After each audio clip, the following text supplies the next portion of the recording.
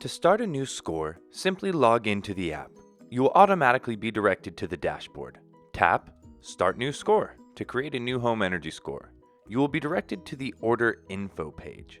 Please fill in the customer information, inspection address, property, and general information.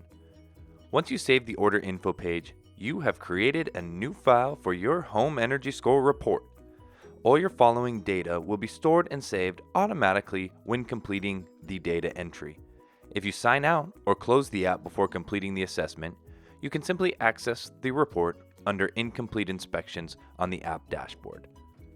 Select the incomplete inspection desired and begin right where you left off.